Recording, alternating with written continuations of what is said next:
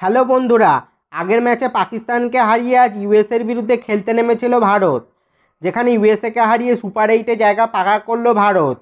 ইউএসের বিরুদ্ধে ভারতের জয়ের নায়ক আর্শদীপ, সূর্যকুমার যাদব, শিবম দুবে, ঋষভ পন্থরা।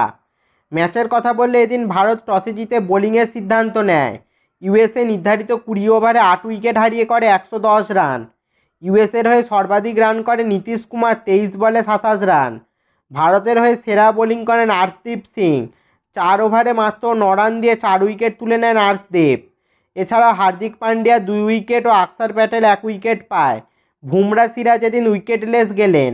ভারতের জয়ের জন্য টার্গেট দাঁড়ায় 111 রান চেস করতে নেমে শুরুতেই বিরাট কোহলি ও রোহিত শর্মার উইকেট হারিয়ে বসে ভারত। এরপরে ঋষভ পন্থ ও সূর্যকুমার যাদব দুজনে মিলে একটি গুরুত্বপূর্ণ পার্টনারশিপ করেন। ঋষভ পন্থ বোল্ড হয়ে যায় 20 বলে 18 রান করে। কতটা বাজে পিচ তা ঋষভ পন্থের উইকেট দেখলেই বোঝা যায়। ঋষভ পন্থের ক্ষেত্রে বল একদম নিচু হয়ে যায় এবং পন্থের ব্যাটের তলাতে উইকেট ছিটকে যায়।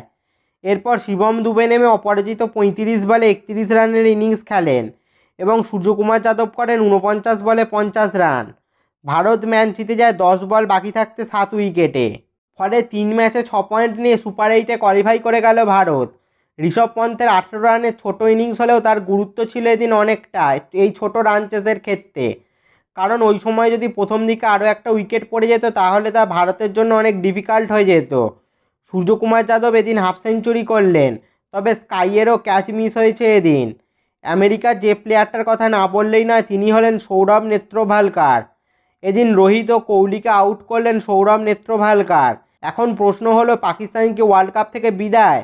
এখন যা পরিস্থিতি তাতে পাকিস্তানকে সুপার 8-এ যেতে গেলে লাস্ট ম্যাচ পাকিস্তানকে জিততে হবে, অন্যদিকে ইউএসএকে আয়ারল্যান্ডের কাছে হারতে হবে, তবেই পাকিস্তানের সুযোগ রয়েছে। না হলে ইউএসএ যদি আয়ারল্যান্ডকে হারিয়ে দেয় তাহলে ইউএসএ এবং ইন্ডিয়া এই গ্রুপ থেকে সুপার 8-এ চলে যাবে। পাকিস্তান গ্রুপ পর্ব থেকেই বিদায় নেবে।